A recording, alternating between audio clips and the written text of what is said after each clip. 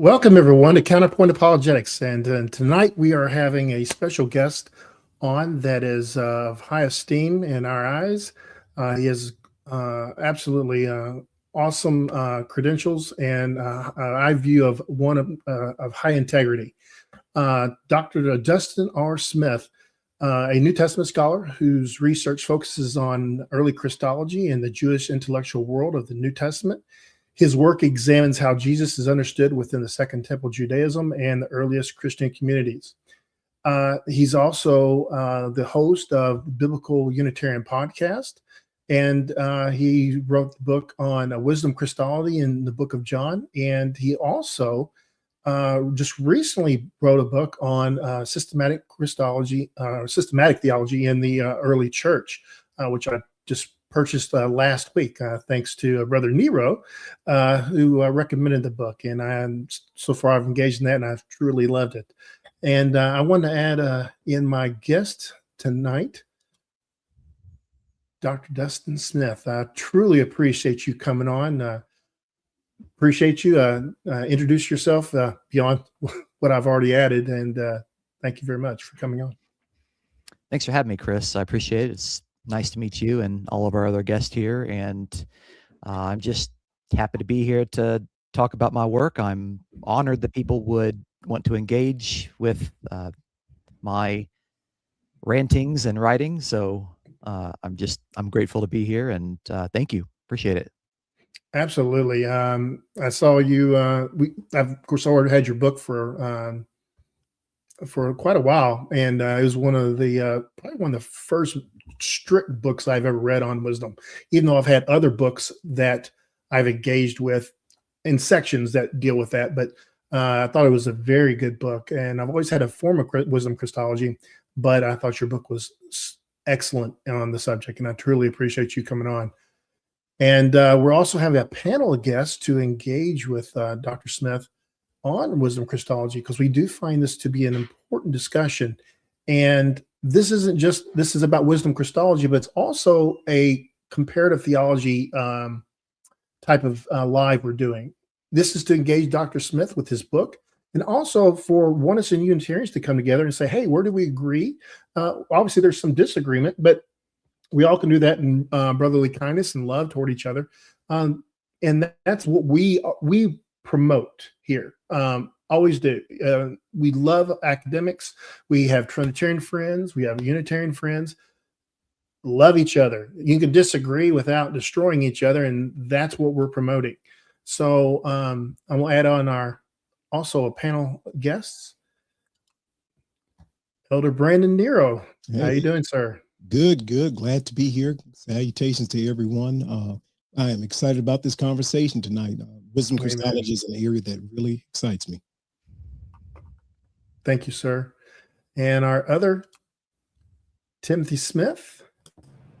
Hey, everyone. Just glad to be here and to discuss a subject that I know that we're all interested in. I'm very excited. So good to be here. Yes, we had a previous live where we engaged with these two gentlemen because they wrote papers for the Urshan Graduate School of Theology. And part of their research included Dr. Dustin Smith's book, of which they always had very high remarks for and they had great respect for. And as soon as this opportunity came up, every one of us were absolutely yes. He's also engaged with Brother Brandon Nero as well and on his live. So please check out the Biblical Unitarian podcast, Brother Nero's site and channel on YouTube as well, where they had that discussion, because that was a wonderful discussion, and I truly enjoyed it. So we also will have Moses on as well. So he will be engaging in the discussions shortly. Dr. Dustin Smith, could you just go over your general point of your book? Obviously, just give a skim of what your intentions were and what the focus point toward later creedal aspects were in trying to negate probably more of a Jewish mindset when it came to who Jesus was, the relationship to God, the Old Testament, and those potential issues that you saw. Yeah, it's a good question. It's a huge question. It's still an ongoing debate in New Testament scholarship, the correct way in which to articulate Christology within the New Testament. And really what I feel like in this book is I'm actually taking a lot of scholarship that's been out there in the academic world for really over 100 years, and I've tried to distill it in a way that's accessible to what I would call motivated lay persons. And the thesis of the book is that one of the primary Christological portrayals in the fourth gospel, the gospel according to John, is that Jesus is the embodiment, and I'm even comfortable saying the incarnation of God's pre-existent wisdom. Despite the fact that the noun Sophia doesn't appear anywhere in the Gospel of John, I think that those original readers of the Gospel of John that were familiar with the portrayals of God's wisdom and how God's wisdom was closely related to God's personified word, they would see that Jesus is being portrayed in terms of things that were formerly said about God's wisdom in a variety of Jewish sources. And so this, of course, raises the question of how we interpret preexistence and how we understand the humanity of Jesus in the Gospel of John, which, of course, naturally deals with how we understand the full identity of Jesus in the Gospel of John. And too often, I think, in common circles or in internet circles with the armchair theologians, there are too many people that just they default to the creedal Christologies, whether it's Nicaea or Constantinople or Chalcedon, and they take that and they read that back into the Gospel of John, particularly its prologue. And that's just historically anachronistic. You're not supposed to do that. You can't take 5th century ideas and force a 1st century reader or 4th century document to say those sort of things. That's just ridiculous. I like to use this example a lot, where Pharaoh gave Abraham some camels. I don't think that means that he gave Abraham a box of smokes. Okay, that's just not what camels meant back in that time period. Okay, you could steal that one, by the way. That's good. Absolutely.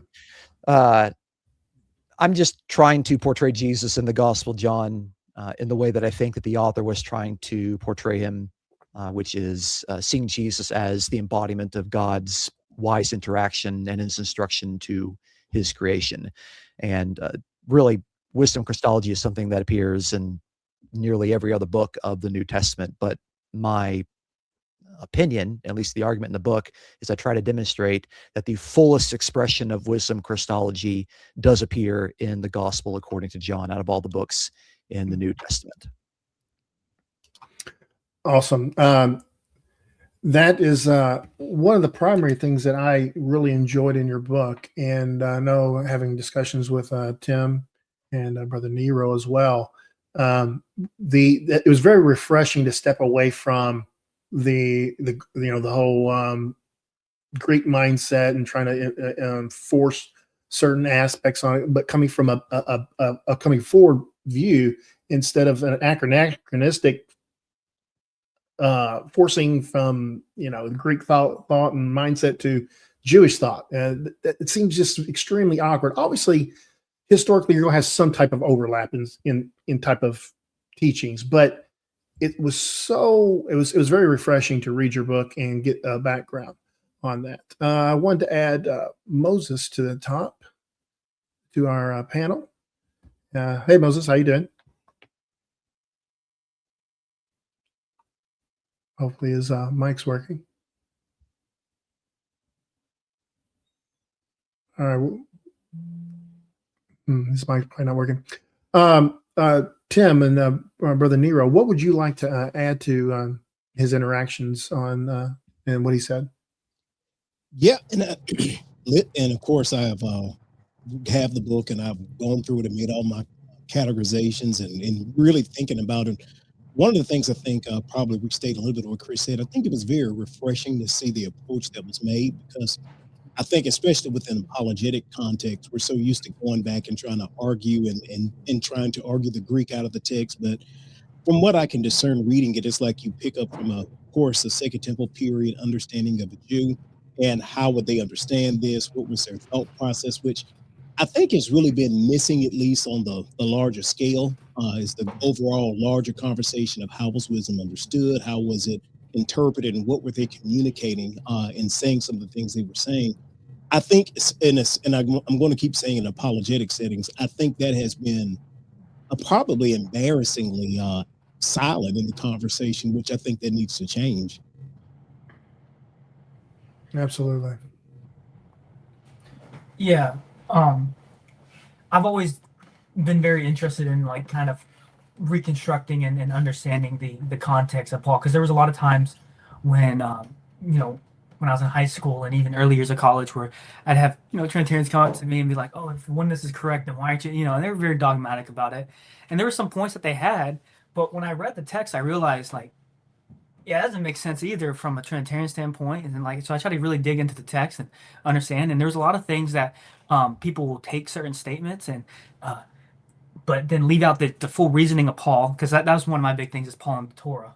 And it's like, yeah, even Paul's direct statement here wouldn't make sense with all the backfilling of information that they're trying to make if you're kind of not understanding his line of reasoning or from a first century context from Paul. And that goes same for John and Wisdom Christology. So all this is outroot from like my studies on Paul and kind of coming into like John, trying to understand him within his context. So I always appreciated that approach. I think it will best fit what we're trying to do for the text.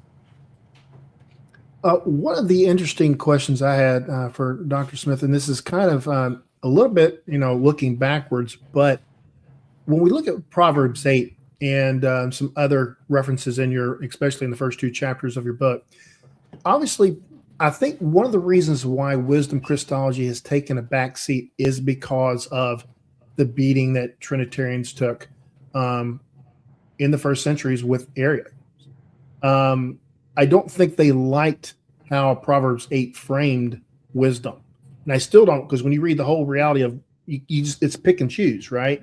We want a little bit of this, but we don't want any of that over here. What is your view on how that was used, and also how today it's just not a good area to try for them to go? Obviously they don't, they stick with logos, more logos Christology, but what areas do you think is very detrimental from a theological standpoint? Well, there's an interesting development in how people were reading Proverbs chapter 8. I can tell you right now, because I've got about a dozen or 13 modern commentaries on the book of Proverbs, and I've worked at institutions with other people that have written commentaries on Proverbs. So I know some colleagues that are specialists on this. I don't consider myself a specialist, but I've tried to do everything I can to become as well informed as I can on the topic. And the modern consensus is that the portrayal of wisdom in particularly Proverbs chapters 1, 8, and 9 is that this is a personification, and that this personification is not a real conscious female person alongside Yahweh in heaven.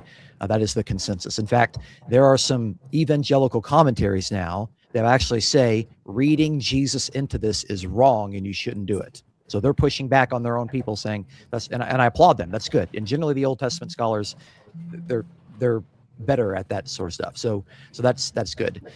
You can start to see, and actually in the conclusion of my Wisdom Christology book, and I probably should put this up here. This is, and I didn't get permission to do this, but since I've been invited to talk about it, I think people should kind of see at least what I'm talking about, what I'm when we're referring to this particular book.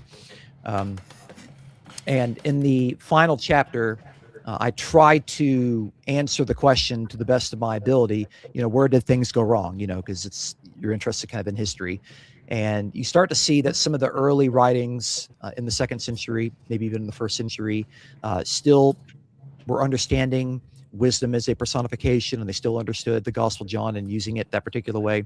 But as soon as you get to someone like Justin Martyr in the middle of the 2nd century, so we're now 50, 55, maybe 60 years after the writing of the Gospel of John, things have changed. But Justin Martyr tells us in his writings that he is presupposing his Greek philosophical background and that he's using that to read the text. And we know that he definitely brought that baggage in his understanding of the Logos. So that's where things started to change, is that they took the person of Jesus and they moved him back into prehistory. The Logos was not just God's personified speech or God's creative and powerful word, and now became a conscious being, the Son. Now, for Justin Martyr, it was still a created being, and that actually is the impression you would get when you read the Septuagint, Proverbs chapter 8, verse 22, where it says, the Lord created me. This is wisdom speaking, personified wisdom speaking in the first person. The Lord created me, which is, there's actually an open debate as to whether that's what the Hebrew actually means, because there's an ambiguous verb in Hebrew in Proverbs 8, verse 22, which could either mean that the Lord Yahweh acquired me or Yahweh created me. Now, if you're the Septuagint translator, granted, this is all before the New Testament time, you have to make a decision, because there's not a Greek verb that means both to acquire or to create. And so that translator understood it as creating. And so Justin Martyr took that and said, okay, well, the Logos is the first created thing, the first, like literally the firstborn of all creation, the first created thing in time before the Genesis creation. We actually can start to see in like the 4th century to where they actually would describe Proverbs 8 in referring to the ministry of Jesus, which is really odd and really strange. And I don't have those writers off the top of my head because I'm not a specialist in the 4th century. But I do know that by that time, like things have just we've moved so far, away from the target. We're tone deaf, and we've lost touch with what Proverbs is trying to do. There's a lot of anti-Semitism that's going on there. There's a lot of we don't like the Jewish people. We don't like the Old Testament. The Old Testament is old, bad, therefore irrelevant. And so that that kind of colors the way that I think people were reading that sort of stuff there. But I mean, I can go on and talk about that for a long time. But let me kind of pause and let you all respond to me. Well, I did want to ask because, and it's interesting because I was thinking about this the other day with Justin Martyr. Especially seeing, the window of Middle Platonism, and also considering like Philo, his objective to speak to Alexandrian Jews. Do you think the assumption he made was maybe more of a natural thing that took place, him having that philosophical, or was it more as intentional reverse engineering? Because if I'm trained and I think it was like, oh, wait a minute, this is already in ways that can fit into my category, so this must be what they're thinking. Do you think that was more natural, or is it just, or did he have to, I guess, hard jamming in there as we can obviously see it is? Yeah, I tend to not want to attribute malice to the intentions of people. When I read Justin Martyr, and I actually just this last year, I really spent the time to take, I was able to get a hold of the Greek text and just really work through the whole thing. And I have enough training where I can do that with a little bit of help, but just really trying to understand his thought process, trying to figure out what did he believe, because it doesn't really do me any good for someone else to tell me what he believes. I want to read in his own writings, in the original language, what he actually said. I don't think that he is intentionally trying to force this foreign concept into the scriptures. I just don't think that he has taken the time to really repent of this philosophical framework, and he's taking this baggage, and he's basically, he's decided he's not going to take off those lenses through which he's going to read the text. And we all have our own biases and our own glasses that we're wearing because we're 21st century Western Americans that speak English primarily, and we're reading first century documents that are not written in English, or reading things from the Hebrew Bible that are written in Hebrew and Aramaic, which as far as I know, most people don't read Aramaic anymore. You might know a little bit of Hebrew. So you have to be very, very intentional when interpreting history to not commit historical anachronism. And some people are aware of those pitfalls, and they work really, really hard to avoid that. That's why in the book, I really labor to set out my methodology. I say, I'm building it up from the Hebrew Bible, building it up from the Jewish sources. And I'm not even getting to the Gospel of John until we've established that foundation. We've established that framework. And that way you can just, you can criticize it all you want, but at least that's the evidence that we have, and we're going to build out of it. And it's just a lot of work. And unfortunately, there are a lot of Bible teachers that, it's kind of like the drive-through, the fast food joint. If they don't get their answers in 5 minutes, they want it for free, and they don't want to do the hard work. And there's too many people that are lazy, unfortunately. None of you, I'm sure. I'm sure you're all astute students of the Bible. Try our best, Yeah. So many hours in a day, but you give as much as you can, and that's why we truly enjoy you being on. And because there's no fear in interacting with people that you may disagree with on some things. You may agree on 95%. Enjoy their especially enjoy their interactions. Grow from it. There's nothing wrong with that, and that's why we're here. Tim, I know you had some questions that you want to interact with on different areas of his book. Again, everyone, I highly recommend his book. Yeah, really for sure. So when it comes, since we're on Proverbs 8, when it comes to the idea of created, and from both our viewpoint, like if it's a personification of God's attributes, what do you think the author of Proverbs 8 is doing there by calling wisdom created? So I actually think that the Hebrew, even though an ambiguous verb is used there, I'm not so sure that the intention of the author of Proverbs 8 is to give two different readings of it. I think it's just the author used a verb that just happened to have two meanings, but we're told elsewhere in Proverbs that we are supposed to acquire and get wisdom, but not create wisdom. So I think the natural way is that, how could the author encourage his male readers that they need to acquire wisdom? Well, if God did it at the beginning of his creation, then certainly you should do it as well. So that's the reason why I think that even though the verb is grammatically ambiguous, probably the intention of the author was acquire, and then it just seems that the Septuagint translator, whatever, 300, 400, however many years later, took it a different way, or that's how he interpreted it, and that's fine. That's his, that's his constitutional right. Yeah. Do you have like ideas or any kind of like intuition in your reading of like different sources of why the Septuagint translator would have done it that way, or you just know that's what happened and you kind of left it at that? Yeah, it's you're always looking at what sort of things could have influenced somebody, right? And dating the timing of the translation of the Ketuvim, the writings, because the translation of the Septuagint didn't all just happen at one time. They began with the Torah, and then they moved to the prophets, which is like we have a different way of understanding the prophets, and then the writings were like the last things that were translated, and that could have been first century BC.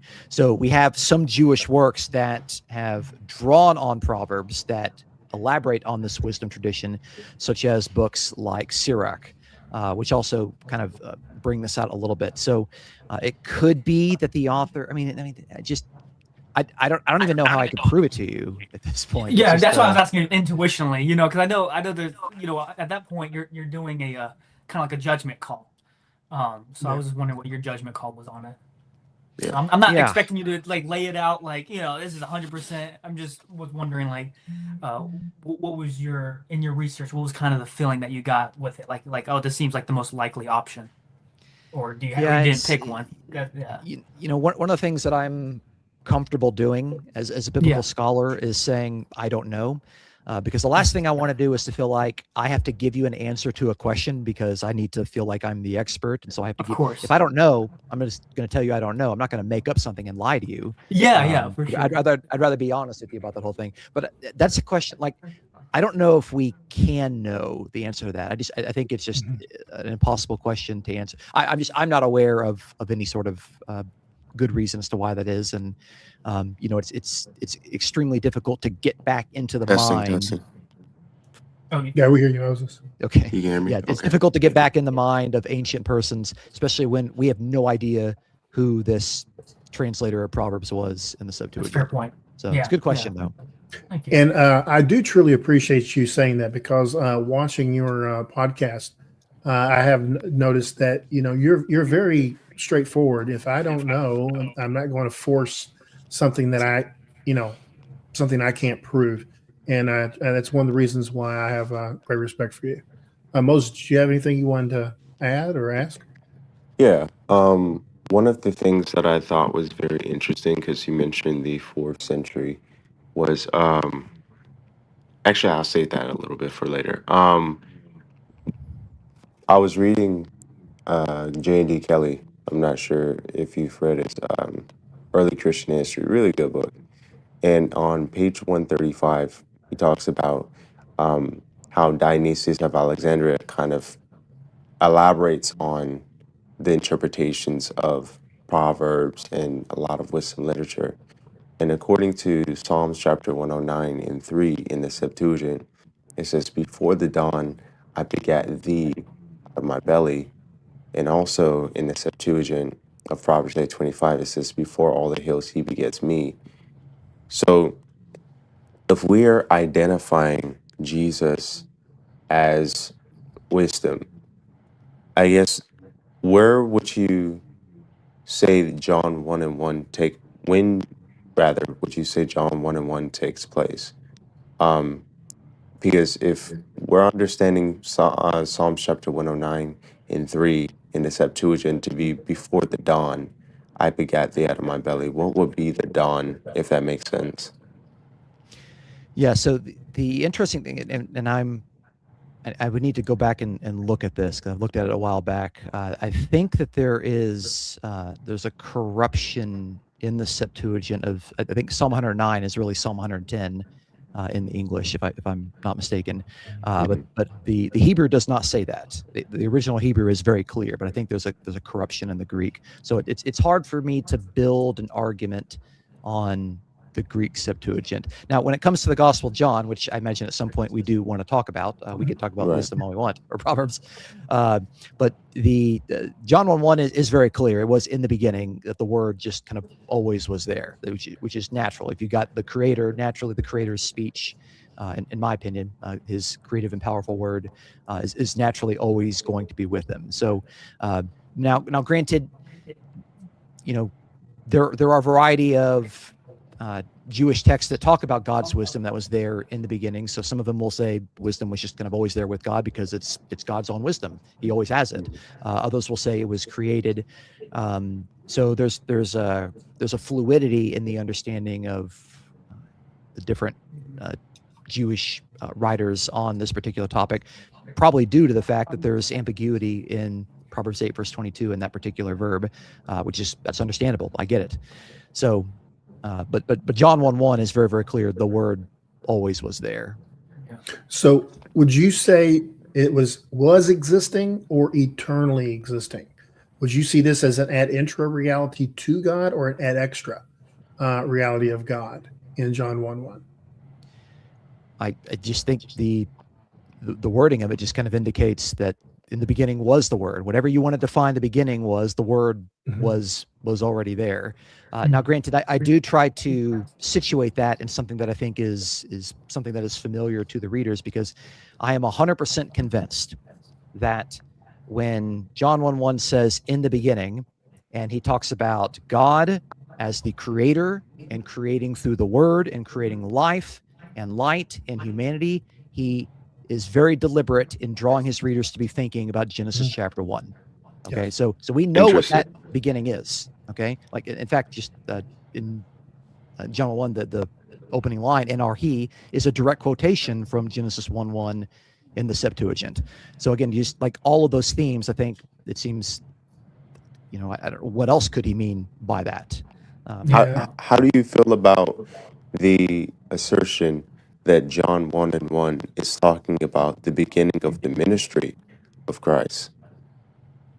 I think you would really have to divorce it from all of those clear parallels with Genesis chapter 1 verse 1, and that is a minority view among biblical Unitarians, and some of those people are my friends, so I got to be careful how I word these sort of things there. But and when I try to have conversation with them, they tend to be tone deaf to these parallels. If I was to ask you, okay, what passage is being talked about which has in the beginning with God being creator, God creating with his Word, God creating life, God creating light, and God creating humanity? All those themes are there in the first few verses of the prologue, and they're also there in Genesis chapter 1, especially when you have the quotation of it. To say, well, we're going to ignore all of that and put it to the ministry of Jesus, I just think it's at some point you're deliberately trying to, and I know why they do this is because they've seen Trinitarians abuse John chapter 1 verse 1, and they're doing this knee-jerk reaction, and they're saying, well, it can't refer to that, it has to refer to something else. The problem is that it just you divorce it from all those parallels, and you got to take those parallels seriously. And just I mean, I think I have something like 90 commentaries on the Gospel of John. I'm not aware of any of the serious ones that are even entertaining this as an option these days. So it's just a fringe view. So, and considering that aspect that you just brought up, the knee-jerk reaction, as oneness proponents, we truly understand the knee-jerk reactions to defending your faith, right? And as I agree with your point. In the scale of probability, it's very low on the probability scale, just because of context and things like that. I mean, is there a possibility that it could be that? Yeah, but the likelihood is, how I always, measure things. Everyone has an interpretation, right? Everyone has a theology by which they're trying to, and there's a reason why people say things. Now, the probability of the reason there is, whether it's true or not, is a whole different thing. So, Tim, you were going to say something? Yeah, no, because I remember I was kind of playing with that idea at one point before I kind of landed on like a wisdom Christology more. And it was because, partially, it wasn't I would say I would divorce the context of Genesis, but I was at one point thinking like it's possible that John could be using the context of Genesis to show that just as God did creation, now he brings about new creation through the man Jesus. And the reason why I was thinking that at one point was towards the end of John when Jesus breathed on them the breath of life. It kind of shows just as God breathed in the first Adam the breath of life for original creation, he breathed on them, or through the Spirit for new creation. But like you said, I agree with you. Ultimately, there was too many hurdles that can I jump over to make that the primary context, particularly. And I wanted to get to that with John's prologue, verses like 12 and 13, when it talks about wisdom kind of being among the Logos, kind of being among his people. I see that more so in line with wisdom kind of going to Israel through like the Torah and calling out to them, than more so Jesus physically being there already. But which you kind of have to accept the latter view more to kind of bring a solely new creationist view, if that makes sense. I still see new creation overtones, but I agree with you. It cannot be the primary context. Too many hurdles. Yeah, and there's no doubt that the prologue does jump into that eventually, because the purpose of the prologue is to show the ministry of how God is working with his creation through his logos. Okay, and so the logos is there active in creation. The logos becomes embodied in Jesus, and the logos continues to function in that ministry. And then by the end of the prologue in verse 18, you have Jesus, who currently right now is in the bosom of the Father, and he is exegeting, he is explaining the unseen God at that time, which is really kind of drawing back to John 1:1, to where the Word was with God and the Word was fully expressive of God. So it does actually get to that, okay? But it's the question is not, is it original creation or new creation? That's a false dichotomy, okay? Because it begins with the original creation and the ministry of the Logos, and then it moves into the way that the Logos continues to work in history, which naturally works with Jesus, okay? And so again, everybody knows the opening verse of the Bible. Everyone knows that. And so when you're going to begin with that, to say, well, no, it doesn't refer to that, it's a hard hill to climb. It's like, how much more obvious could the author have made it? So, and it's not just that too, because we have several other Jewish portrayals of God creating all things with his word. That's just the most natural way that you would read that. And yet you don't have any parallels in the New Testament, the new creation, of God creating all things, by the way, all things without qualification. In fact, he says, all things were made through the word, and nothing that was made apart from this word. So, all things, and by the way, nothing was left out of that. You can't say that with the new creation, because the new creation doesn't, recreate all things. There's still wickedness and sin that eventually is going to be destroyed. So anyway, I get that. Yeah, that makes a lot of sense. I don't know how people completely reject a Genesis background, even from a new creation view. Like, I would never, even in the beginning, like when I was kind of thinking that way. it seems like he's obviously pulling back to creation, but also with the assumption that the Logos automatically equates to Jesus in John 1:1. I think that's been a lot of issues. Like, we can't accept that what's the word I'm looking for? So I'm a little dyslexic. Sometimes I can't pronounce words well. If you know what I'm talking about, the assumption, basically. Yeah. Someone assuming something to be true, and if they're trying to deny one assumption of the Trinitarian, but also accepting, and I see oneness doing this a lot, accepting the other assumption that automatically Jesus is the Logos in John 1:1. That's not really following the prologue. Exactly very well, right. in my opinion. That's a good point. Dr. Smith, one quick question. In John 1:18, do you see that as a post-resurrection statement? Yes. Yes, glorification. Okay, I do as well. I just want to make sure, because I think Trinitarians try to jump it back into pre-existence and all this other stuff, where I see that as a new creation or redemptive aspect of creation and the gateway by which Christ brings that forth. So, okay, yeah, I just wanted to make sure that you were that's how you perceive that. In total, nothing changed or anything. Is there anything that you want to highlight through John 1:1 through 14, 18, right through there?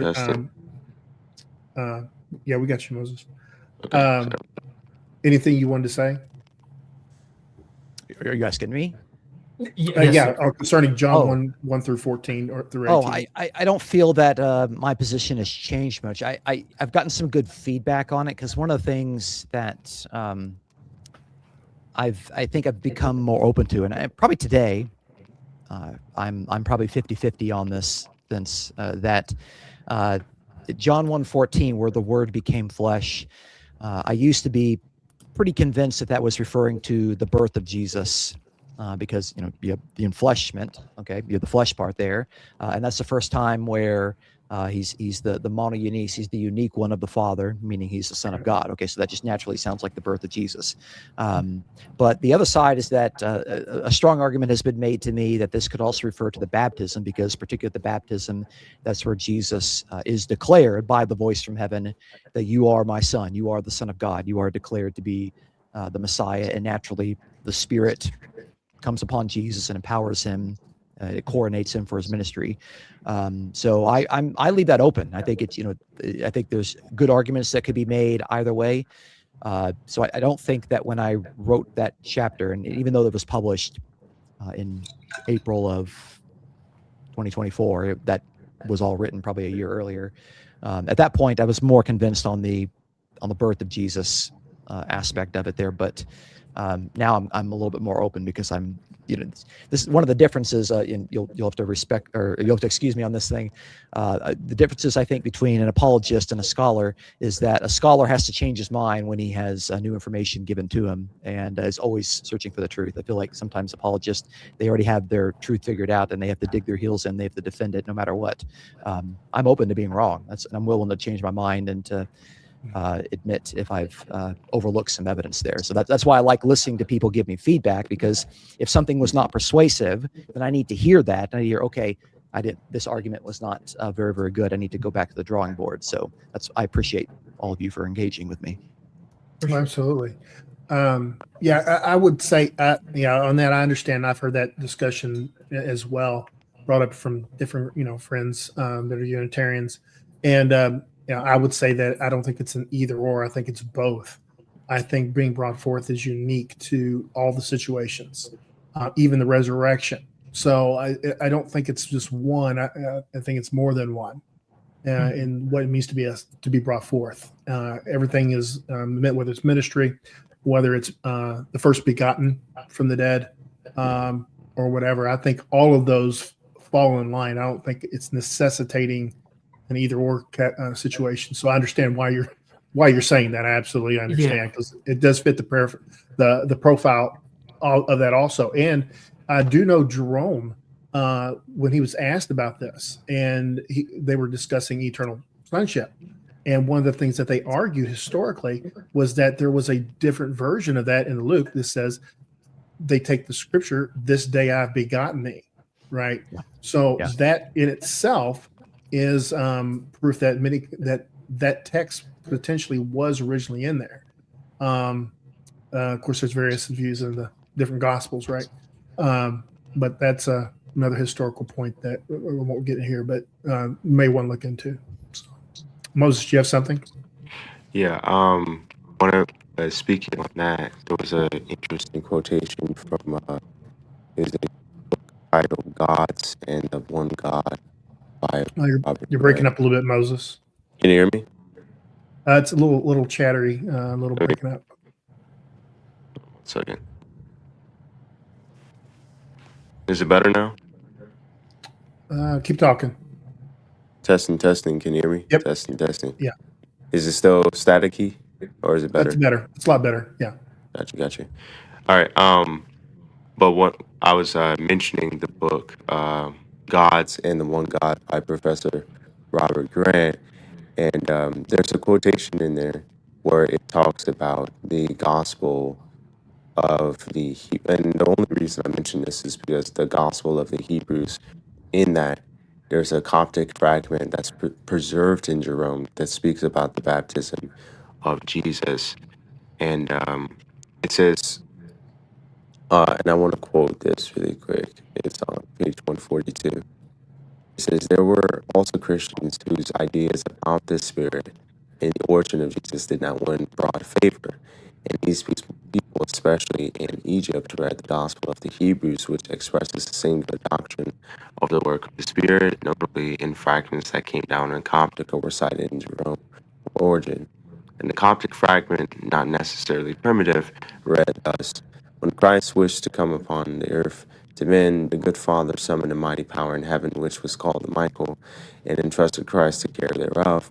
And power came into the world, and it was carried, and it was called Mary, and Christ was in her womb 7 months." Oh, This kind of yeah. story. You said what? Am I You're kind still of getting breaking set? up. Yeah, It's you're going in and out a You're little bit. breaking up It's a really little bit. static. yeah. Is it better? It's It- just like it's just It's keeps like going. when you say one word, it's fine, but when you start talking like what Yeah, you're it's trying to rougher. talk, it starts getting rougher and rougher as you go. Gotcha. I mean, 1 second. real quick, go on, Brother Nero. Yeah, and I was thinking on some of your thoughts related to pre-existence, especially within the context of the prologue. And I was going to say, I identify very much what you're saying. I think a lot of our, sometimes Christologies, we can have an overreaction. And I think sometimes, at least from the one side, that sometimes the overcorrection has been trying to avoid grammar sometimes, which I don't always think is very helpful. But you made an interesting statement on page 15 of your book, where you said Paul's thought was not so much that Christ pre-existed as the mediator of the Father's creative work, but that the pre-existing wisdom now being recognized is now being recognized as Christ. And when I was reading that, I thought that was such a profound point that a lot of people really miss the comparison that Paul is bringing. And so my question is this, before I get long-winded, would it be fair to say that in this model, pre-existence is a matter of, more of a theological recognition rather than like a type of biography of a heavenly individual? And, with that in mind, how should that impact our reading of the prologue of John with the wisdom viewpoint? Well, naturally, you got to figure out what or who pre-exists or what was there. I mean, even if we want to remove the word pre-existence, just wisdom was up there in heaven with God in a variety of Jewish portrayals. Okay, well, what is wisdom or who is wisdom? Okay, well, if we look at our Old Testament, okay, look at our Hebrew Bible, when wisdom is most heavily used, which is really the book of Proverbs 1 through 9, it's overwhelmingly a personification, not a conscious female person. If you're going to say it's a person, you have to say it's a female. You're not talking about the preexistence of the son. You're saying a preexistence of a daughter. Okay, so if you're going to go that route, you have to be consistent with the whole thing. All right, you have Proverbs 28. You got that poem. You got Psalm 104 verse 24, and that's really, there's a couple of passages that talk about God creating through wisdom. There's one in Jeremiah where it's like in chapter 10 and chapter 51 where it's like copied verbatim, where God creates through his wisdom, through his understanding. It's clear that wisdom is just another way of talking about God's understanding. It's God wisely ordering as a wise architect, not as a clumsy, drunken fool. God is wisely ordering his good creation as a master craftsman. I get that. I see it. Okay. Sorry, I lost my train of thought. Oh yeah. So that's that the wisdom was up there with God, and God used it without saying that wisdom is the creator. God is the creator. Yahweh is the creator. Yahweh with wisdom, or Yahweh by wisdom. Typically, it's with the Hebrew preposition ba, second letter of the Hebrew alphabet. In wisdom or with wisdom. But I think actually in the Septuagint of Psalm 104, verse 24, where it says, with wisdom you created all these things, it actually puts it in the dative case, which actually helps with Colossians 1:15. But anyway, so it's wisdom that was up there with God. But if wisdom's not a conscious person, then I'm not really sure, how strong we can push the preexistence. I could say that. I could say, wisdom preexisted up there. Wisdom is up there before all creation. That's fine. That's okay. But if wisdom and word are functionally parallel terms, or at least they overlap in their functions, you can already see this in the Old Testament. You can already see it in Proverbs. You can already see wisdom saying in Proverbs chapter 1 that I will pour out my spirit on you. I will have my words come forth from my mouth. I will make my words known to you. So there, wisdom gives the words of God. You can already see it. There's a variety. I document all these in chapter 2 of the book. And the biggest one is in Wisdom Solomon chapter 9, verses 1 through 2, which just, if you don't commit intertestamental passages to memory, that's the one you want to do. Wisdom Solomon chapter 9, verses 1 through 2. Oh God, the God of our fathers, you've made all things with your word, and you've created humanity with your wisdom. So like in the same sentence, he makes all things with his word and with his wisdom. And it's clear at that point, and I think Wisdom Solomon predates the New Testament. It shows that in Judaism, you could basically say both of them together. And of course, you have portrayals of God creating through his word and God creating through his wisdom in the Old Testament. So it's thoroughly Jewish. So by the time you get to the prologue, if you see all of these things that were said about God's word, and I document 20 of them in my book, in chapter 3, that have parallels, that have clear parallels of things that were formerly said about God's wisdom, then it's very likely that the readers and the author either read it or intended to see these things said about the word that also could conceivably have been said about God's wisdom, which again raises another point as to whether the original draft was actually talking about wisdom, and if at the last moment it was changed to in the beginning was the word, to better accompany the Christological portrayal of the Johannine Jesus as the spokesperson of God, as the one that's speaking God's words, as the prophet, as the agent that is communicating God's oracles. So I know it's kind of a big fat answer to your question. That was great. Could I add one more piece to it? Not because, as you were saying, you got my wheels kind of turned a little bit. Still within that vein, because that's something I know I've tried to zero in on a little bit more as of late, the interchangeable nature of Logos and Sophia within the Second Temple period context. And again, I'm still looking at your work here that I have. You talked, I think it's on page 35, about word and wisdom effectively functioning as synonymous categories when referring to God's instrumental ages of creation. If word and wisdom function synonymously in Jewish creation theology, outside of, I guess, maybe gender alignment, do you think there could possibly maybe be a use of logos because it could be considered the express form of wisdom? And maybe that's what John is trying to emphasize, or I guess outside of the stronger gender correlation, what are some other reasons that may be underlying that? So I try to answer this question because this is a question that actually gets raised by the commentators on the Gospel of John and the specialists in the prologue. And what I put in the book is that I think that portraying Jesus as the embodiment of the Word more naturally helps fill out his portrayal later in the narrative as the one that speaks God's commandments, that speaks God's words, that speaks God's oracles, as the communicator of God's words and oracles to his people. He's the mouthpiece. I think also there's this portrayal in the Gospel of John that it is there in the book of Acts, but it's primarily there in the Gospel of John, that Jesus is the prophet from Deuteronomy 18:18. In Deuteronomy 18:18, Yahweh says, I'm going to raise up a prophet like you, Moses, and I'm going to put my words in his mouth.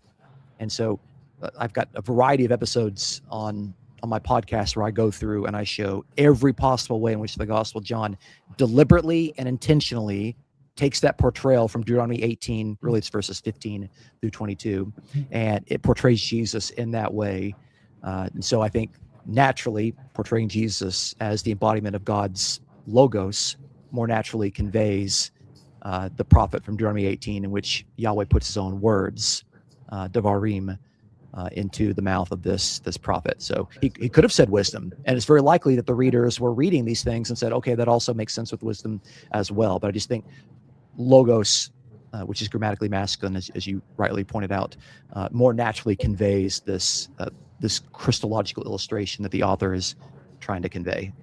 So you just believe it's a transitionary aspect by which they're conveying the previous to the current state of God's revelation. And so that's the potential of masculine versus the feminine. And yeah. I don't put so much stock on the masculine versus feminine thing, because I actually think that the earliest Christological view was that Jesus was the embodiment of wisdom. I actually think the historical Jesus believed that. I believe that he thought that he was the embodiment of wisdom. So let's just pinpoint that. If you're kind of doing a mental time chart, that's put that there in the 30s. Okay, then you have the creation of the Q document that is sourcing Matthew and Luke, okay, potentially there in the 40s or 50s, we don't know. But definitely in the 50s and 60s, you've got Paul, who was portraying Jesus deliberately as the embodiment of God's wisdom in Romans, 1 Corinthians, 2 Corinthians, Ephesians, if you attribute Ephesians to Paul, definitely Colossians, going through my head. You have Hebrews, which we'll just say roughly around the year 70, that also, like the first 4 verses, has a variety of things that are said about Jesus in terms of God's wisdom. And then you have, of course, you have Matthew and Luke. You have a couple things in the Gospel of Mark that might say that. I do think Mark was written first. And then since the whole Johannine literature of the Gospel John and the letters, I think, are written either to the same community or from the same community, or at least from the same school of thought per se.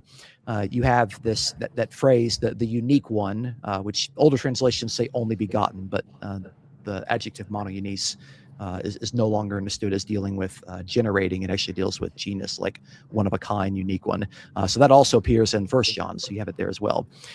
So wisdom Christology was already there, and it was thoroughly preached in the Gospels and by Paul, and believed by, I think, the historical Jesus for the first 2 generations of the early Christian period. It's only when you get to the Gospel of John that the author says, let's take these wisdom things and let's turn them into logos things, even though the readers, and I think the author, knew that those things were so closely aligned that you really couldn't separate the wisdom parallels. At least that's the argument that I put in the book. So, but I've just found that when I talk to lay people and I say, do you even know what wisdom Christology is? They give me this blank stare. They've never heard about this. And so it hasn't been conveyed very well, which is why in my systematic theology of the early church, I dedicate an entire chapter in the Christology section to wisdom Christology and logos Christology, because this is part of what the early church believed. And we've done a terrible job at conveying this to the average interested laypersons. And I'm trying to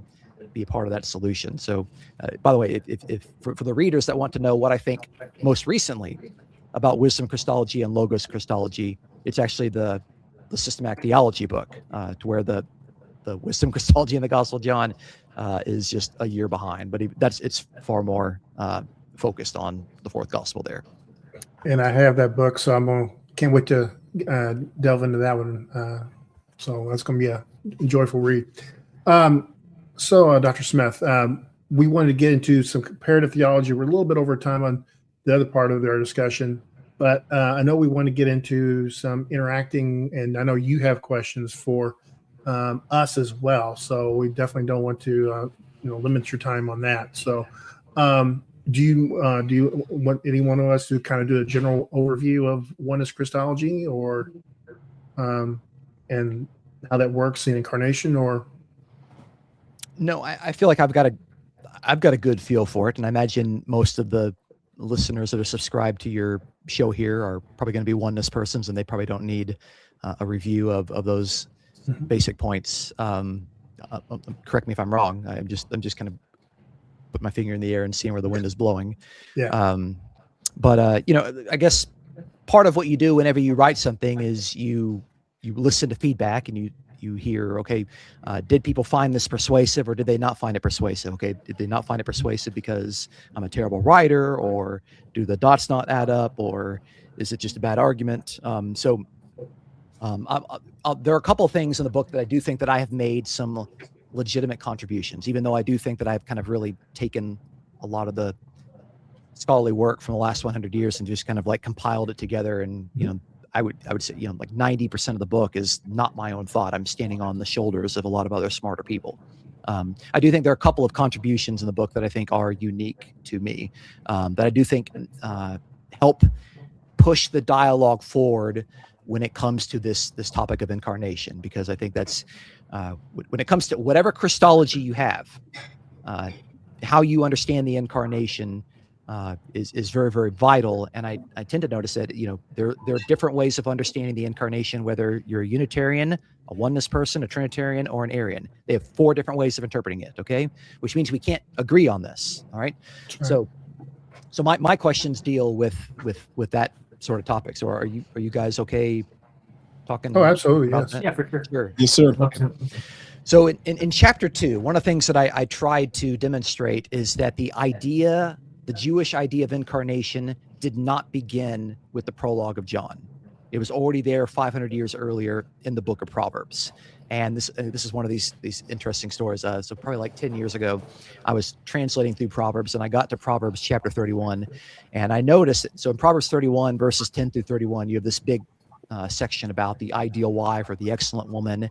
It typically gets preached during Mother's Day, and it's got all these different descriptions. The only part of Proverbs is deliberately written to women, to where the rest of Proverbs is deliberately written to men. And so women like it. They talk about being a Proverbs 31 woman. Maybe your wives know all about this. Maybe they have, a pillow. This is on a Proverbs 31 woman stitched on it or something like that. Okay. So, but what I found is that there are all these descriptions of these real life women that if you are a male reader of Proverbs, you're supposed to be seeking after this type of woman. And if you are a female reader, you're supposed to be emulating these things. But the descriptions of these women draw from the very Hebrew words and phrases that were formerly used to describe God's wisdom in Proverbs 1 through 9. And I saw 1 or 2 of them, and I'm like, okay, that's interesting. And then I was like, okay, there's another one, there's another one, there's another one. And I was like, okay, something's going on here. Like, this is not an accident. The author is deliberately portraying these women as the embodiment of this pre-existent personification. And then I went and looked in the commentaries, and I'm like, oh, great. They've all known about this for a long time, but nobody reads commentaries on Proverbs 31. So, but that was interesting because it shows that the idea, because this is the same sort of thing that the writers of the New Testament did. They would take things formerly said about God's wisdom, and they would apply them to the man Jesus Christ. Not to say that Jesus consciously pre-existed as wisdom, but that Jesus was the embodiment of wisdom. Okay, so I thought that was, not only was that a very strong argument that I was making, but also I documented and I footnoted all the scholars that I could find. And it was that chapter that you look at the page of the footnote. It's I think there's probably like more footnotes than there are actually pages there, because there's a wide consensus, a large consensus among experts on Proverbs that the concept of incarnation, as we see it in the New Testament, is already there in the Hebrew Bible in the book of Proverbs. Okay, so before I go any further, did you find that persuasive? Do you disagree with it? Do you even remember what I'm talking about there? Give me some feedback with that, with that argument. That's in chapter 2 on the section on. Yes. I found it interesting. So I haven't quite come to a conclusion on it, just because I realized for what I was doing in my paper that I didn't really have to come to a conclusion. And like you said, you made valid points. It definitely helps my idea. Like when I came away with my paper, the idea of incarnation is, I think it's a lot of Greek categories to put as this incarnation is this big thing of what God is. God, divine hypostasis, or the second divine hypostasis of the Godhead, came down and put on human attributes, or assumed human attributes. I find that view of incarnation not very in line with the text. I find it more in terms of who God is and the embodiment of God. And not necessarily, again, metaphysically God putting on piece of skin, but like more so someone or creation embodying the presence and power of God. And so I do find in that aspect, there is, when I think about it, there is a much, I can see a good argument for it. That I'm sorry, I'm not really providing much feedback as far as pushback, but as far as what I got, it doesn't, I haven't seen any reason to say like, no, that's bad logic, if that makes sense. Brandon? Yeah, I guess to kind of piggyback on what was already said, I was kind of in reading it, which really sparked my interest. I was kind of shocked by how much of this kind of correlates to kind of how we're seeing this context of wisdom, especially in the context of incarnation. Dealing with the female aspect of it, I'm still feeling my way out on that, but I can say as what it does lay the groundwork in, like within the prologue, how it connects to the temple narrative. I think that's a pretty important part, which is more where I see it. I guess as it relates to the feminine aspect of it, I'm still feeling that one out. I am curious to, I guess, think about as far as, I guess, wisdom in the feminine context being related to the other religions in their context.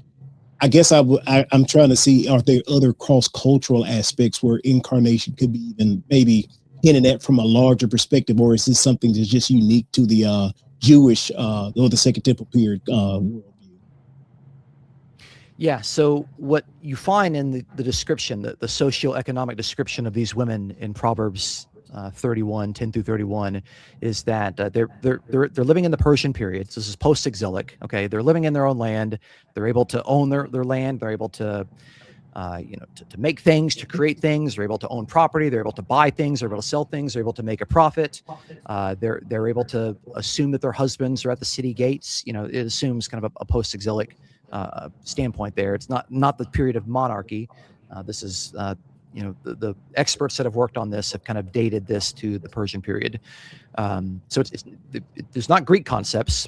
The Greek concepts haven't even entered into the picture. Like the Judaism has not been influenced with Greek thought or language or anything like it's in the Persian period. It's not in the Greek period. Okay, so we're thinking like 500, something like that. But it's the things that were the ideals of wisdom, the things that were describing wisdom, are now being used to describe these women in ways that show that they are embodying the principles of the book of Proverbs. They're embodying God's wise teachings, because really the way you would seek after God's wisdom as an Old Testament person would be to go after God's wise commandments in the Torah. They were embodying those in real ways. But I think one of the things that I also did was I also was able to trace how this portrayal in Proverbs 31 affected other Jewish works between Proverbs. Proverbs is a starting point, and the New Testament. And so after that, you have Sirach, where you have, again, personified wisdom there in the beginning with God as the agent of creation who comes down in a temple, and then it actually gets embodied not in a female figure, but actually in a male figure, not hypothetical women that are, your hypothetical mate, but actually in a real high priest that we can know and date. We know his name, and it's Simon ben Onias. Okay, so we know that. So that's there in the 2nd century BC. Okay, and then the third document is actually in the Dead Sea Scrolls. It's called the Genesis Apocryphon, 1Q20, where you have things that were formerly said about God's wisdom now being used to describe Sarah, the wife of Abraham. Okay, and so Sarah there is the embodiment of God's wisdom. You can see she seems to be a wise person sometimes when Abraham's doing some silly things. And then when you get to Philo, which is there at the beginning of the 1st century, but before any of the writings of the New Testament, you have Philo, who I think is actually influenced by Proverbs and Sirach, but not influenced by 1Q20. Philo will put 4 successive women and describe them as the embodiment of God's wisdom. Sarah, Rebecca, Leah, and Zipporah. Okay, and he'll flat out say, like in the Greek, because you can get the Greek of Philo and you can look at it, he'll actually say, Sarah is wisdom, and he won't even use the verb to be. It's just like Sarah wisdom, boom. Like he equates them, but he doesn't mean that Sarah consciously pre-existed up there in heaven. He's just, it's showing that this understanding from Proverbs 31 was deeply impactful to a variety of other Jewish persons. Okay, and so when the New Testament comes along in the 1st century and they start to say, actually, God's wisdom is embodied in Jesus, they're not saying anything brand new, and they're definitely not importing Greek categories. They're saying something that's thoroughly Jewish, something that has been around for hundreds of years. It's already there in the Hebrew Bible and Proverbs. And if you're reading the Septuagint, it's already there in Sirach as well. It's there already in the first century with the writings of Philo. So that's why I think it's really, really interesting, because it shows that the portrayal of Jesus, the embodiment of wisdom, or even the prologue, the portrayal of Jesus, the embodiment of God's word, is not a Greek concept. It's not a Greek invasion of the text. It's thoroughly Jewish. It's rooted in the Hebrew Bible, and it's orthodox in that sense. That's why I think the argument is interesting. But here's my gentle pushback with all of you guys. Okay, you would not say that the women in Proverbs 31, or the historical high priest Simon ben Onias, or Sarah, or Leah, or Rebecca, or Zipporah, are impersonal human natures that are attached to God the Father, in the way that you understand Jesus as the incarnation of God's word or God's wisdom. So for me, what I'm trying to do is I'm trying to say, if I'm trying to be consistent, if I'm trying to interpret the prologue consistently in its Jewish context, which I've clearly laid out for hundreds of years, then we have to see Jesus as the embodiment of a personification while still being a real person, a real genuine person, a real genuine human being. This is why I thought it was so interesting when you all came to me and you said you found my work really interesting, because I thought this is the part to where it doesn't, I'm not seeing how it lines up there. So anyway, go ahead. I'm getting really excited because this is. I think this is a contribution to the conversation. Yeah, there's several. Sure. Yeah, there's several aspects that I think when you're dealing with a lot of oneness, I think there's some considerations that are not truly hashed out correctly. When we see Jesus as a true, authentic man, right? Who grows in wisdom and stature, learns good, and reject evil. All the things that you probably very well know that we believe on that side. We believe that he has true consideration of his existence as growing as a true man. He only knows himself according to revelation and his upbringing, just like all men do. So when we believe he is the perfection of the infinite God as true man, this doesn't, there is no manipulation or coercion or force by God's existence. It's God's purpose and intent to be expressed as the perfection of his wisdom as man. So when we look at the man, the very reality of his existence is that perfection of God, but as true man. Just to clarify, there is the man Jesus a conscious person, a real person, distinct from the Father? Well, this is where we would push back, because see, what happens when we use the term person, there's an issue. The normality of a term person is the consideration of one subject, right? But if God is choosing to express himself in a unique way, in which has a relational value, even according to himself. So one of the questions or one of the statements and questions I ask people is this: can God truly manifest himself as a true, authentic man with a true, authentic human existence, with true, authentic human relationships? That's the primary question. That's where everything stands. So if the answer is yes, okay, what is the necessary realities of this self-expression of the infinite to the finite, right? So when we look at man, this man, when you say person, this is the qualification. Person is not a norm to a unique existence, because now you're having God expressed as something that's ontologically distinct from his own being, right? It's distinct in relationship to himself. God expressed as man. God obviously knows himself exhaustively, and he knows his self-expression exhaustively. But the self-expression is God's intent to redeem mankind by personal expression. So that man has psychological relationships as all men do. Now, is that person? Well, from a psychological sense, we can say yes, but from an independent standpoint, it's God's purpose and intent. So we have to think of it as top modeling down. It starts with God's purpose and intent. We believe Jesus is God, not because he's pointing to ontological factors. We believe Jesus is God because God's decree is to express himself as true man. So therefore, that divine expression that means Jesus, by source of being out of the Holy Spirit and source of origin, is God. So when we say, okay, well, Jesus lacked wisdom, knowledge, all these things, we agree, because that's the point intent of God, is to be realized ontologically as true man with true relationships. So is Jesus a person? If you want to consider a Lokian sense of person, which has to do with psychological factors by which he grows and understands himself, yes. Is it in the sense of an independent person? No, because it's God's willing to exist as such. So the reality of God existing as such is true to its existence, which is a true man. So, well, go on. I'm rambling, so I don't want. No, you're good. Yeah, the way I've always it kind of, when I've done this research, explained it, is that ultimately, when it comes down to our conclusion, we believe that Jesus isn't God ontologically, but is God expressed as man.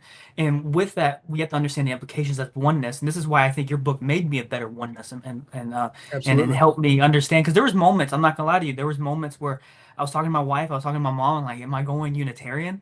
But when I kind of got down to like the narrowest distinctions of everything, I realized and started reading some of our documents that this is thoroughly oneness in our point of view, and that is Jesus as a man and everything, right? It's ultimately God expressed in the sense of God did the expressing into creation, but we always have to take into account how God expressed himself. Technically expressed himself in this case for the purpose of our salvation as a human person. This person has relationship to God. He loves God. He's going to be seated at the right hand of the Father and all this stuff as the perfect representation of God. I would always use the term, if God were man ontologically, that'd be Jesus Christ. But in terms of actual ontology, no, there's obviously the divine spirit and then the man Jesus Christ. Mm-hmm. Yeah. Is that kind of, because that's kind of how I view with the wisdom stuff here. Like that's what my paper was, is that I believe that wisdom, personified wisdom, was God's expressing his wise interaction, expressing himself into creation as the creative order throughout the world, and that's kind of what you have that thing going on. And ultimately, that creative order is most perfectly expressed and always intended to be expressed in and as the man Jesus Christ. And don't want to take up too much time. Just adding on to that, I also think about the as Elise Sennett says in her book, the personification of wisdom. How, of course, as you know, this probably I would say for a fact better than I do. The aspects of Israel's identity as it related to the divine, with the loss of the temple, the priesthood, their placement in the land. All of these were cultic symbols of Yahweh's presence among his people, which was, all the way from Exodus. It was God personally, not through another, but he himself dwelling. And at least from my vantage point looking at it, and I think the conclusion that those things draw is that when we get to Jesus, yes, the chief architecture is wisdom, which I think you do a beautiful job at really showing. But I see the fulfillment of these things that, especially as you get to the prologue, he, especially when you get to what say he dwelt among us and uses the, I believe it's the word for tabernacle among us that you have in the Septuagint, which communicates that not only is this the wisdom to better that was active in creation, but this is what wisdom really was, which was God himself among his people. And I would say, especially in the context of John writing to people in Ephesus, who I would imagine have a good understanding of the literature, that would really speak to them in that context, and not to be too wordy. Sure. Well, just in the sense of being consistent, because one of the things that I'm trying to do is in trying to situate the Gospel of John and really early Christian Christology. And this is the last question I'll ask, because we can go on about this for a while. In trying to situate it in its Jewish context, I'm trying to say, okay, so you got the Jewish context first, and then you fit the New Testament into it. Okay, it's the New Testament's kind of like the top block on the pyramid that's already built. Okay, if that context already has incarnation and embodiment of God's wisdom, okay, would you take your interpretation of John 1:14 and equally and fairly apply it to Proverbs 31, to Sirach, to 1Q20, and to Philo in his portrayals of the very same portrayal of human beings that embody the very same wisdom? I think, would you be consistent? I realized that we didn't answer that part of the question. So I was about to say something, but thank you for re-inviting that question.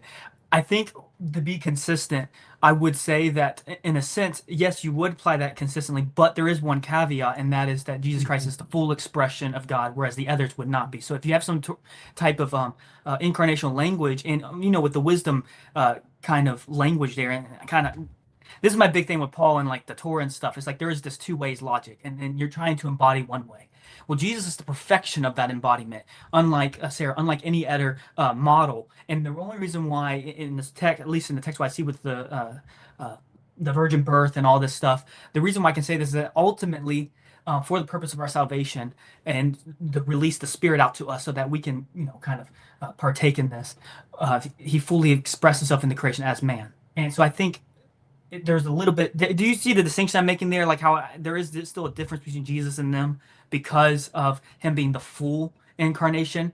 And I'm not meaning, again, like in the metaphysical categories of Greek, of a divine hypostasis, assumed humanity. I think incarnation a more Jewish sense of incarnation would be the embodiment of who God is, his presence and power, being fully present in and as the man Jesus Christ. I don't think you see that with the other. I hear the argument you're making. I don't see the distinction that's being made. I don't get the impression that all the former other Jewish references are saying these are only partial incarnations or they're incomplete incarnations. They make the same arguments that the New Testament authors are doing, which is that you take this human person, right, and you apply to him the roles and the characteristics and the qualities and the attributes formerly belonging to God's wisdom. So it seems to be, again, something that's thoroughly Jewish. And all of those persons, you would say, are fully human persons in the same way that there are 1, 2, 3, 4 fully human persons on this show right now. Right. Do you think, okay, like with that, because I'm actually interested in that, would they do similar concepts like for in him dwells all the fullness of God? Would they apply that kind of verbiage to those other contexts and incarnational things, or are you just simply talking about certain attributes of wisdom? Just for like clarification's sake. Just to add to that real quick, Sure. What do you perceive as the distinction between Jesus? Because I get this, different positions from Unitarians. There's just like there's a wide range of. What is your view of what makes Jesus unique, right? Because I think that's where the discussion generally has to go, because somehow Jesus is unique to the billions of people before him. What makes it unique? How is he the exact representation? How is he the image of the invisible God? How is those things? Yeah. Well, it's interesting because even those phrases, exact representation or image, which show up there in Hebrews chapter 1, verse 3, are all drawing on portrayals of wisdom in Wisdom of Solomon chapter 7. Exactly.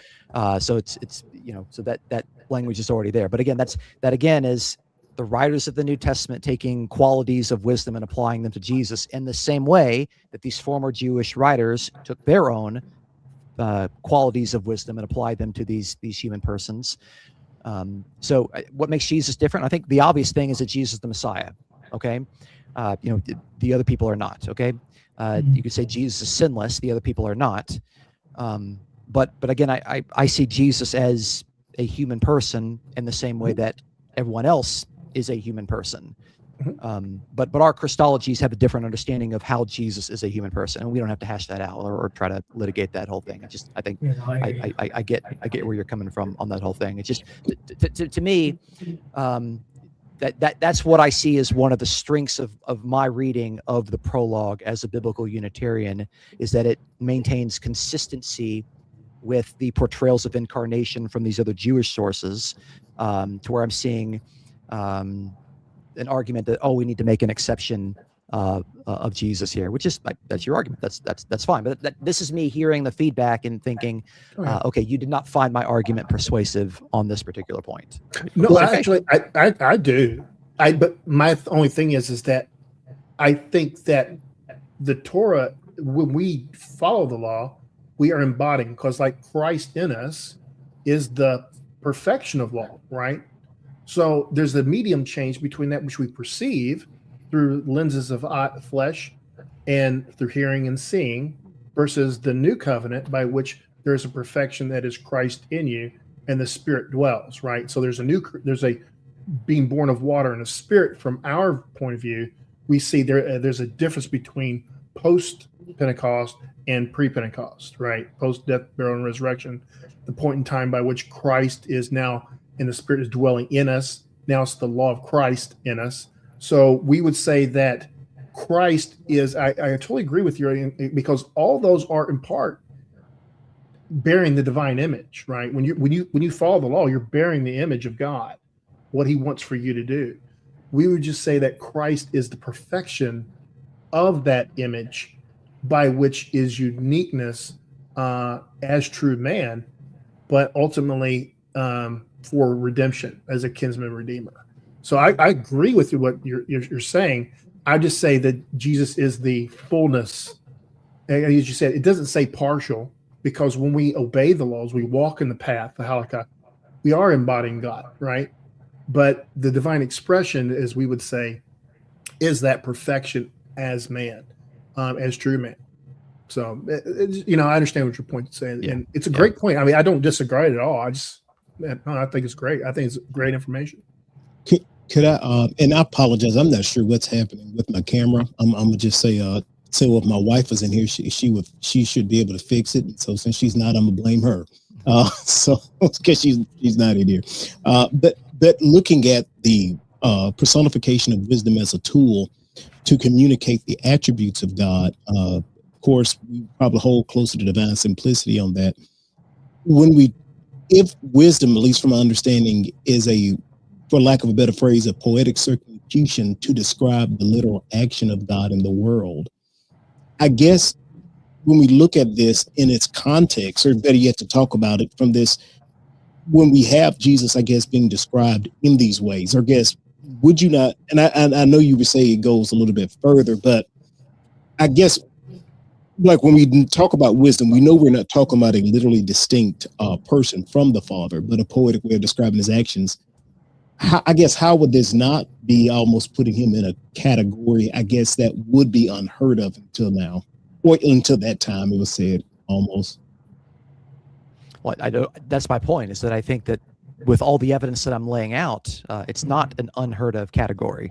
It is thoroughly Jewish, and it was relevant there in the first century. It's rooted in the Hebrew Bible, and the same strategies of describing a person as the embodiment of wisdom by taking roles, traits, characteristics, and actions formerly belonging to wisdom and applying them to human persons that we have with all these other Jewish works was the same interpretive strategy by the historical Jesus and the earliest writers of the Bible, the Gospels, the Gospel John, Paul, Hebrews.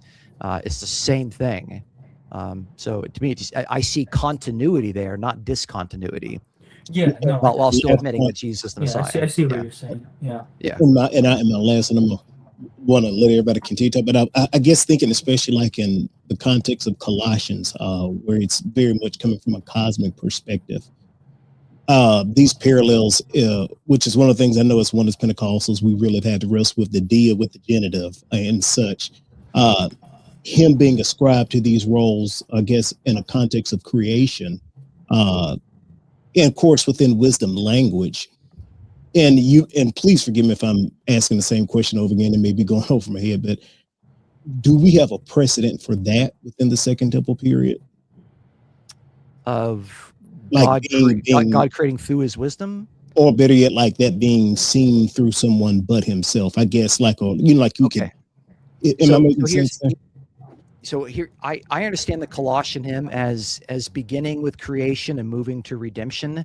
But again, it takes something like 8 or 9 different, it's another one of these places to where 8 or 9 different things that were formerly said about God's wisdom are now being said about Jesus. Now, by the time of the writing of Colossians, which was one of the later letters, Paul's Wisdom Christology has already been laid out. It's already been laid out among his churches.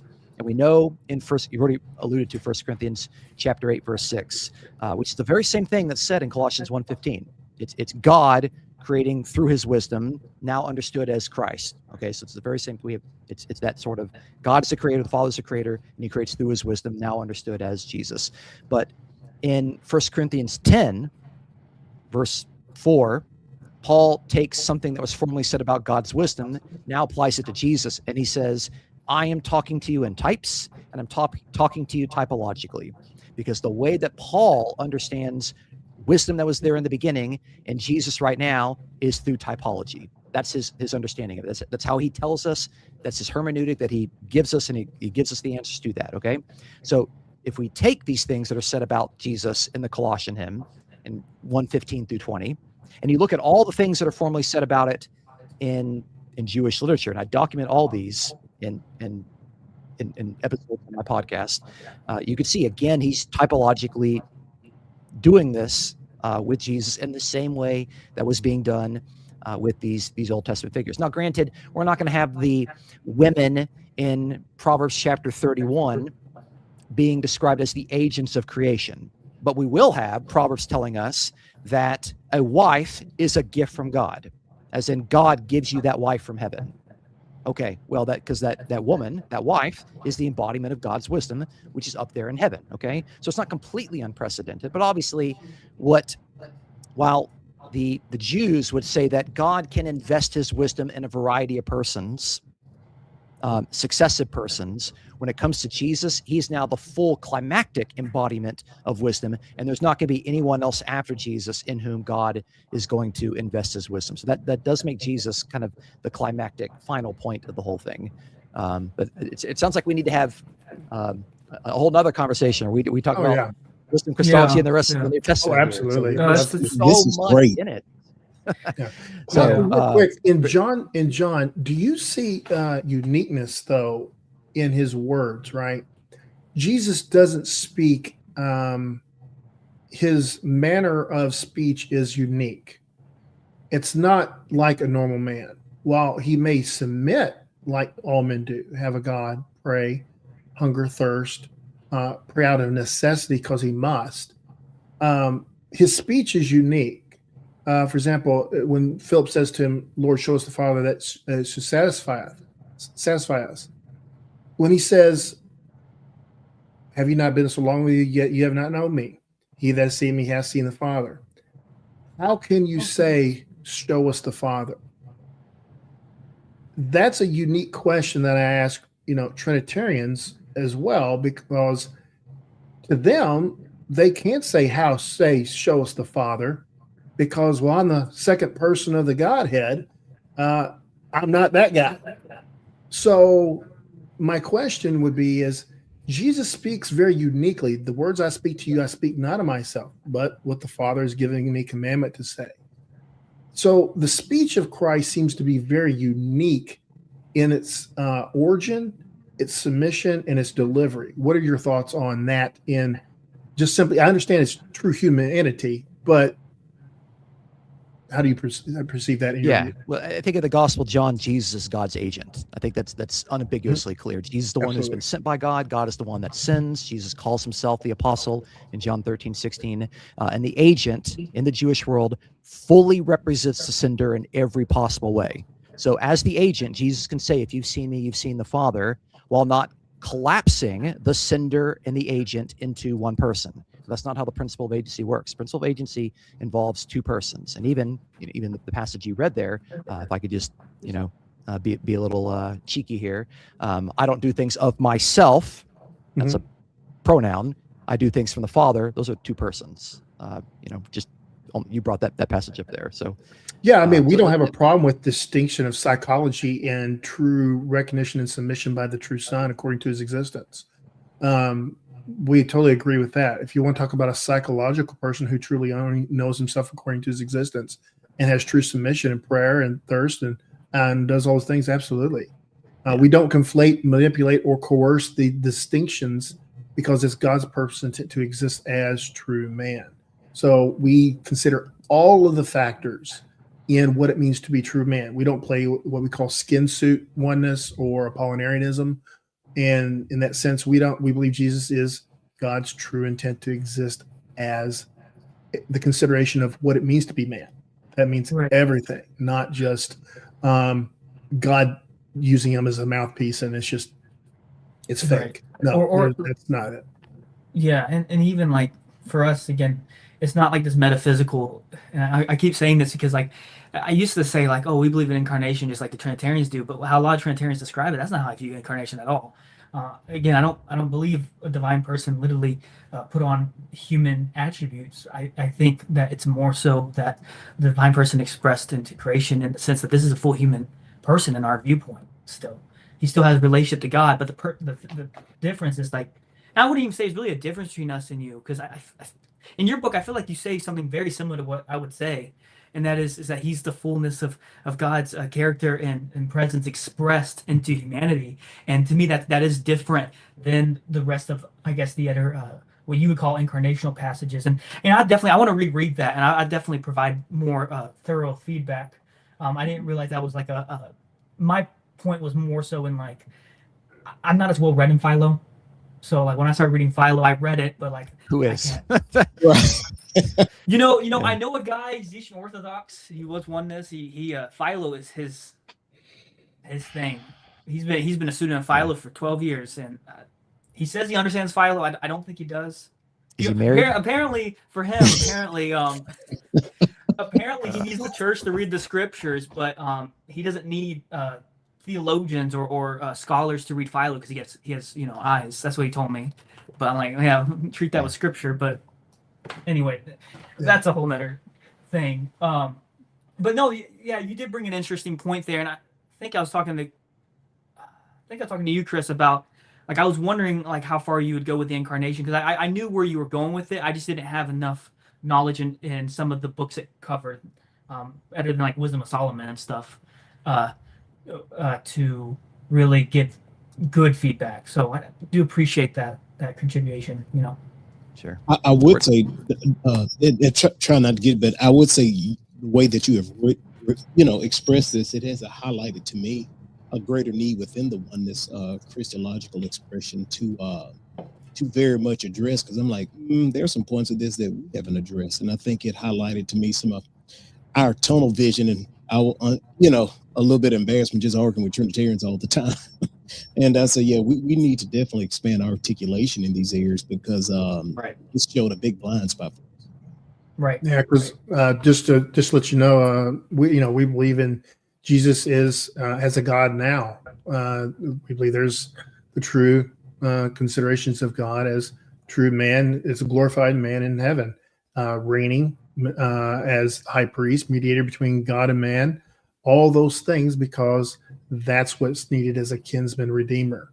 So we don't negate simply because there's a resurrection, Jesus somehow morphed back into God as some good night.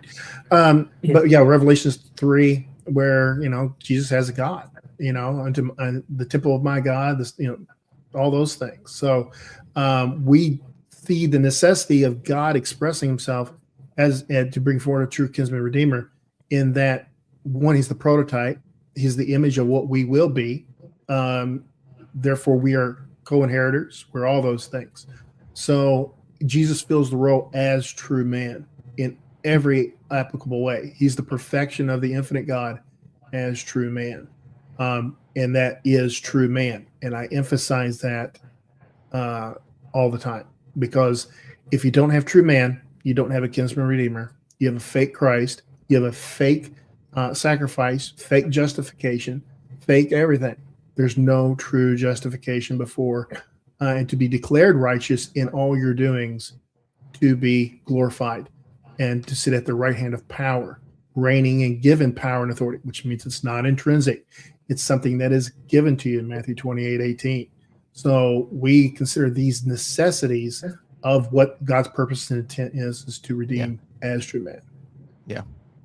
And I'm sitting here, I'm nodding my head on all those things there too, because that's for me. Yeah, exactly. I mean, I have Unitarians agree. It's the death of a human being that atoned for our sins, and that's something Trinitarians and even Arians struggle with. Mm-hmm. So no, I agree with that 100%. Yeah. It has to be a man to obtain those legal rights and those legal positions.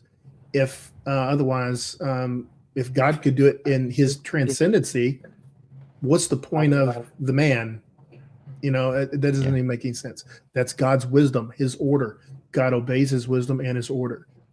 That's the glory of God's wisdom, is true man, redeeming mankind. The question is obviously between our positions is what's the origin and the purpose intent of God? Is it God to perfectly express himself by wisdom as man, or is somehow wisdom, the Christ, the embodiment of wisdom in a unique way, as others would vary it?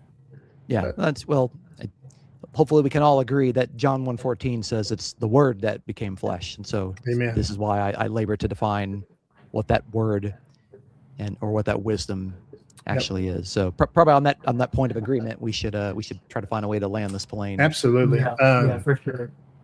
Thank you. Hopefully we can have more discussions. I truly enjoy listening to your interactions and dialogue. Absolutely. We truly appreciate you coming on, and everyone's have great respect for you, and we thank you. Tim, thank you for coming on. Brother Nero also coming on. I appreciate every one of you, and hopefully we can continue these discussions and we research the points he's brought up even more and come to a better conclusion and or spectrum of understanding of how those are possible. So thank you, Dr. Smith, for everything you've and coming on. I appreciate it. Yeah, thanks for having me. Appreciate it.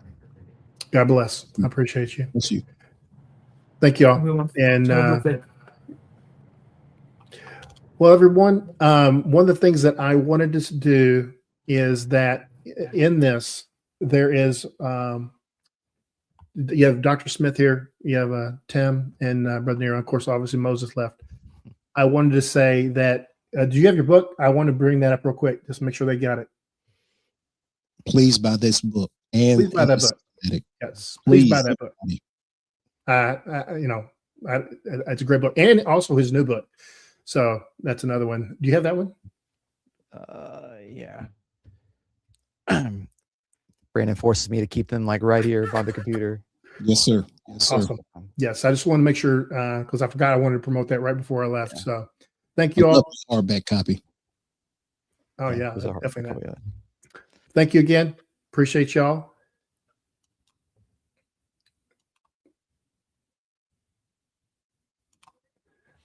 Everyone, I appreciate you joining us and going through that discussion with Dr. Smith, and hope we learn something and we can grow from it and obviously engage more on this subject, because ultimately God is not jumping back. He expects you to carry on the principles of understanding that he's already laid out in the Old Testament.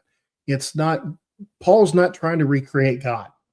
That's not Paul's point. Grace and peace be from God our Father and the Lord Jesus Christ. There's a purpose and intent why Paul speaks the way he does. So when we understand the true humanity of Christ, whether Unitarian, oneness, or even Trinitarian, that's essential. And when we understand the Old Testament, I think it brings us closer to God's purpose and intent from the beginning to bring forth the consistent revelation of who he is.